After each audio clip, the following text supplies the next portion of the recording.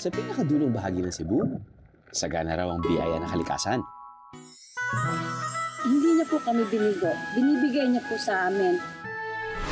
Buhay na kasi wala kaming mga gamit na tubig kung wala yan eh. Pero may mga misteryo raw sa likod ng mga biyayang ito. Dahil iba-ibang nilalang o aparisyon ang dito'y nagbabantay. Ang Birheng Maria. Nakita raw dito? Kuan nga ang birhen jud namo, ana gyud na siya diha maligo. Magtindog ng birhen diha sa bato, sa tampulong. At may klase raw ang puno rito na kailangan mo ng ritualan bago lumabas ang biyaya.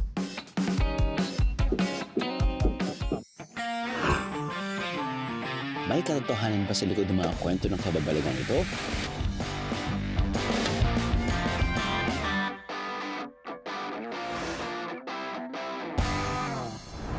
Ito ang pinakamataas na waterfalls dito sa bayan ng Sambuan, Cebu. Pero bukod sa angkin itong natural na ganda, may hiwaga raw na naghihintay sa amin dito. Nga, sa pulong pa ni Mama, daghang mga katingad-an nga naagyo diha. Mula pagkabata, sa may Dao Falls na nakatira si Nanay Rustica. At sa 71 years niyang pamamalagi dito, sari-saring kwento ng misteryo at kababalagan daw ang kanyang narinig. Sa pulong pa ni Mama, ikan usab sa ilang mga katigulangan, kining Dao Falls, dili maayong magpasipala, kay sigon pa sa ilang mga katigulangan, kinahanglan mag-amping, kay naagyoy, naagad sila nakita. Sa panahon nga mo kuha silang tubig, mga buog tubig, kay wala biyay water system sa unang panahon. Makakita yun sila og naay taas nga babaye dinha lang sa tubod kaning nay footbridge, pero kung magkaduol na sila din apo nila makita ang babae, dili sila makahibalo kung asa siya padulong. Ilang ilog ang kinailangan naming tawirin. At dahil katatapos lang ng ulan, pahirapan din ang pagbaybay sa madulas na daan.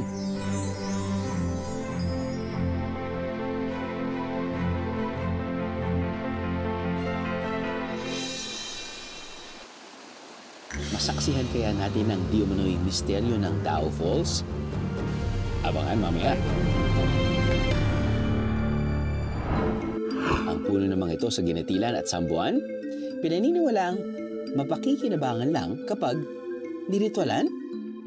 Aga pa lang, pumupunta na sa bukid ang magbayaw na sina Lando at Celso para maghanap ng pupunuling puno na kung tawagin ay saksak.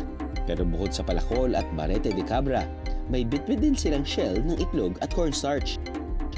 Hindi ito para magluto sa bukid, kundi para magritual.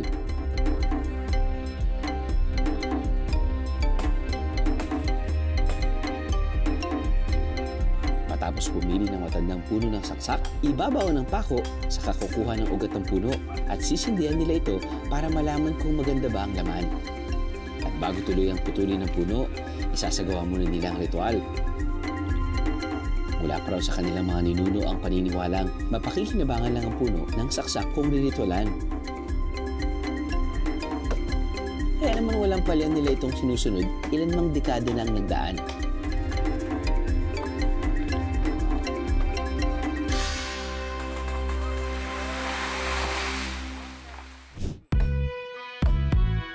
Ang pinutol na puno at kahit maliliit na pirasong ito, sinisimot ni Lando at Celso. Iuwi nila ang lahat sa bahay dahil may mahabang proseso pa raw itong pagdadaanan bago maging pagkain. Hinihiwa muna nila ng maninipis ang saksak at ibinibilad para matuyo. Sa kanila ito babayuhin hanggang madurog. Sunod itong sasalain at sasalain muli para maalis ang pait. At uunawin o iahalo sa tubig.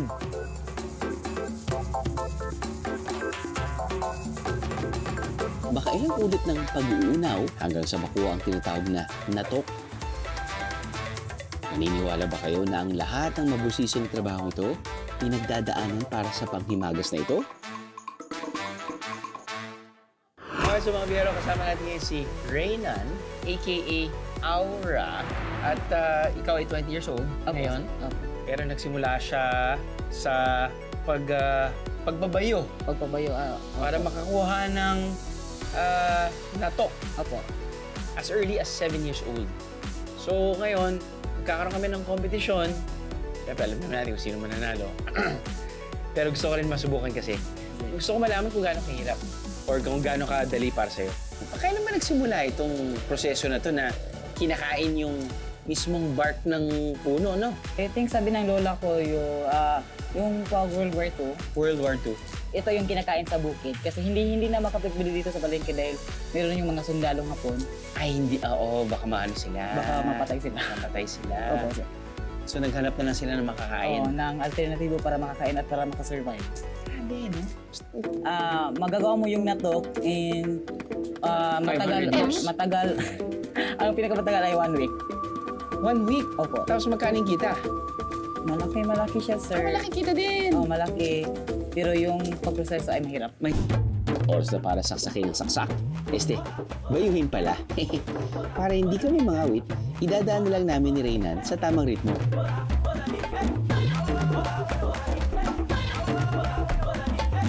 Masundan ko naman kaya? Mas okay pala tayo pag dalawa, no? Oo, mas okay. Yung pinaka-okay yung dalawa. Dalawa. Pam, pam, pam, pam, pam, pam, pam, pam, pam, pam. Rodrigo.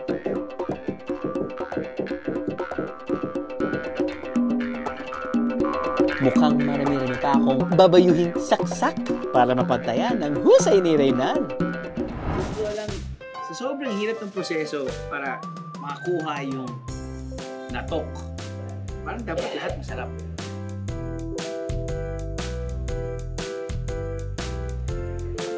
Kim?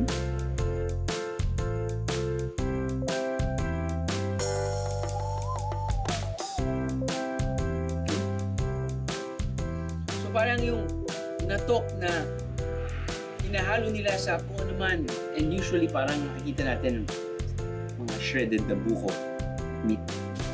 Yun yung, I guess, base niya para sa akin. Pag meron akong pipiling iuwi, ito siguro yung uuwi kong pasalubong.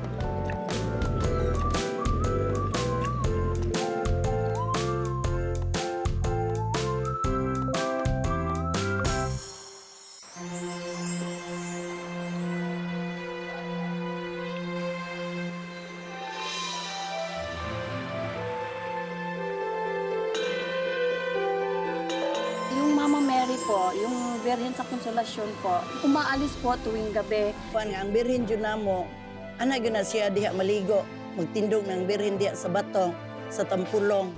Sa Barangay Bato, madalas dinarayo ng mga biyahero ang Tampulong Rock Formation. Pero ang biyayang ito, may iba rin daw na bumibisita. Gaano rin katotoo na nakita ng mga residente ang Birheng Maria na naliligo sa dagat? Noong wala pa raw simbahan sa kanilang barangay, dinadala lang ng pareng Espanyol linggo-linggo ang imahe ng Birheng Maria para makapagmisa. Wala ka ng stock up na good siya. Gahi jud maansa. Bumigat na lang daw ito at hindi na mabuhat. Nakita niya na wala kaming puan, wala kaming permanent. So, gusto niya, siguro na gusto niya ang lugar. Pero nakakalis daw ito ng mag-isa at namataan pang naglalakad at minsan nakaupo sa rock formation sa dagat. Basta maunay ilaha nga natinghalaan dire sa kuan nga ang birhen jud namo, ana gyud na siya diha maligo, magtindog ng birhen diha sa bato, sa Tampulong. Pero dahil mas matimbang ang kanilang pananampalataya, nakikita nila bilang biyaya ang hindi pag-alis ng imahe sa kanilang lugar. Ug unsay among gipangayo jud sa mga birhen, natuman jud.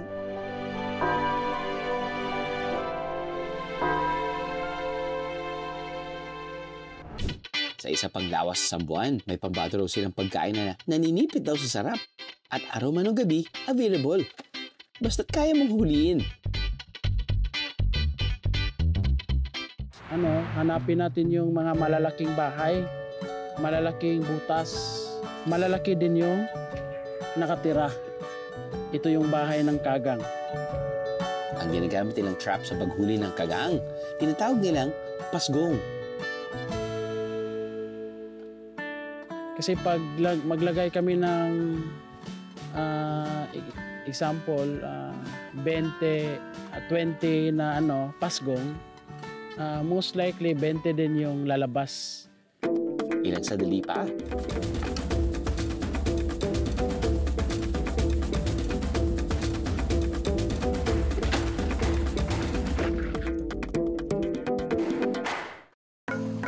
Pero paano naman manghuli gamit ang kamay nang hindi nasisipit? Oplan kagang in the morning naman.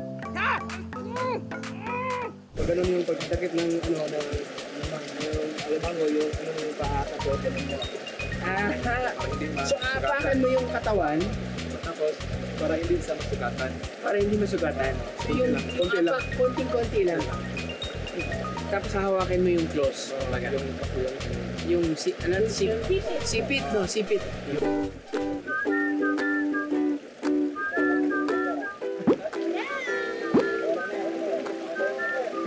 Kaya ko ito mga crab mentality kasi nasa isip. Pwede mo ginawa.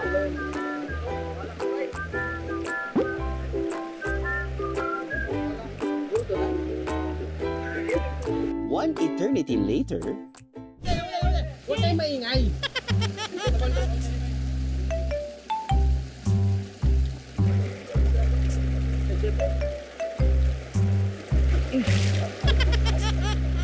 Sabi niya kasi, rock crab.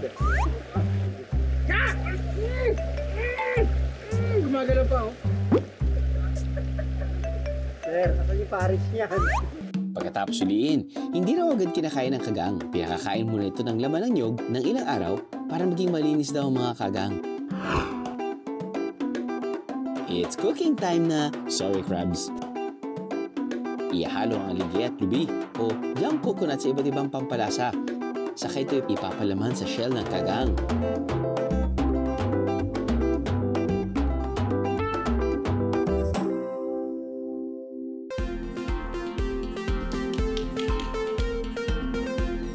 So ang lasa niya, sweet and gingery dahil nga sa luto nila.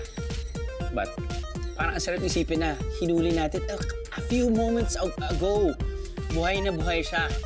Swimming with us sa clear river. Ngayon, kinakain na natin siya. At masarap siya.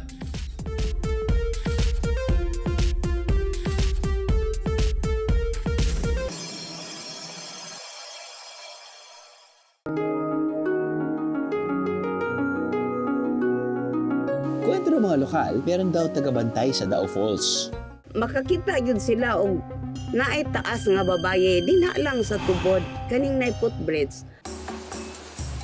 Magpakita kaya siya sa atin? Basta tayo doon. Sumalubong sa amin ang hiwaga ng Dao Falls. Hindi ka babalaghan, kundi ang natatangin nitong ganda. Dao Falls. Apparently Dao, isang puno. You know, kahit na sabihin na natin there are portions na sinement na nila, it still kinda looks like it's organic, in fairness. Of course, they placed it there para mas safe yung mga pupunta dito. But yes, beautiful falls, nice depth. Meron kang pool, pero I'm guessing ito talaga yung main swimming area ng mga turista dito. Ano, langoy tayo? Bakit mo tayo pumunta dito kung tayo lalangoy?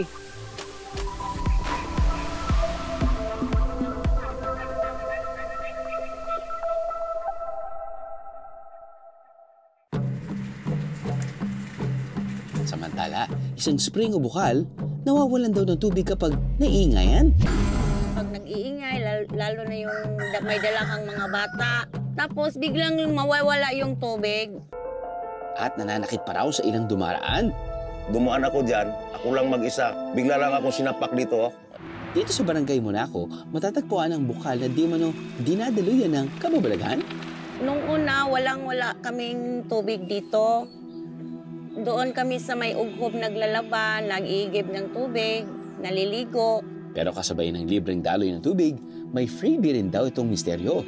May kababalaga na maramdaman mo doon, ayaw nilang maingay. Naiingayan sila sa mga bata. Biglang mawawala yung tubig at matagal bumalik. Pag kinakausap mo yung tubig na sana ibalik nyo yung tubig kasi naliligo kami, naglalaba, ibabalik din nila. Nananakit din daw ito sa ilang dumaraan. Paano? Dumaan ako dyan, ako lang mag-isa, wala nang araw, lumubog na. Bigla lang akong sinapak dito. Ewan ko kung nagagalit or binibiro ako. Pero ang lakas ng pagkasapak niya dito sa hita ko, namamaga yung dito ko. Ay, ang nakagamot, hindi yung mga antibiotics, albularyo. Ano pong sabi, sir, ng albularyo? Ay, sinapak daw ako ng hindi ko nakikita eh.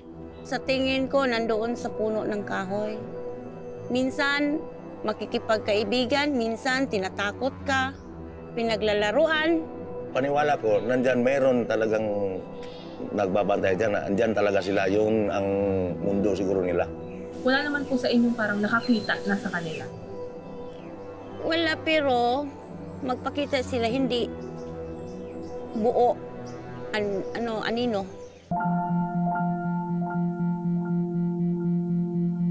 At kung minsan naman, may libre ring pa-concert. Doon kami naglalaba. Nandyan pa rin sila. Tinutugtugan ako mag-isa. Nagpapiano. Tinutulungan ko yung asawa ko maglaba.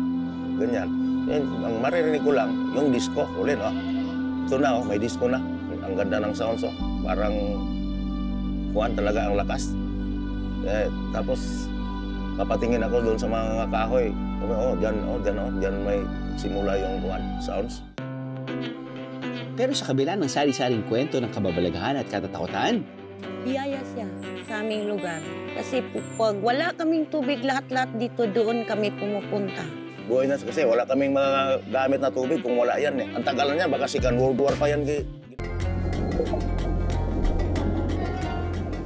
isa raw sa malalim na patunay ng biyaya ng kanilang kalakasan, ang mayaman nilang karagatan.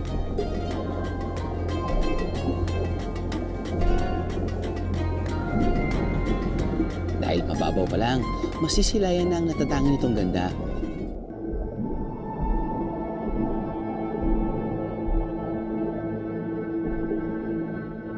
Ang karaniwan daw na sumasalubong sa mga divers dito, mga barakuda at blacktip sharks.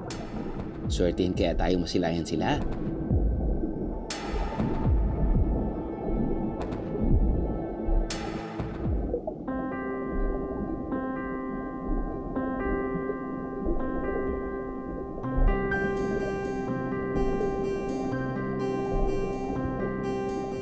At kapag sinuwerte nga naman, nakasama pa natin lumangoy ang isang pawikan.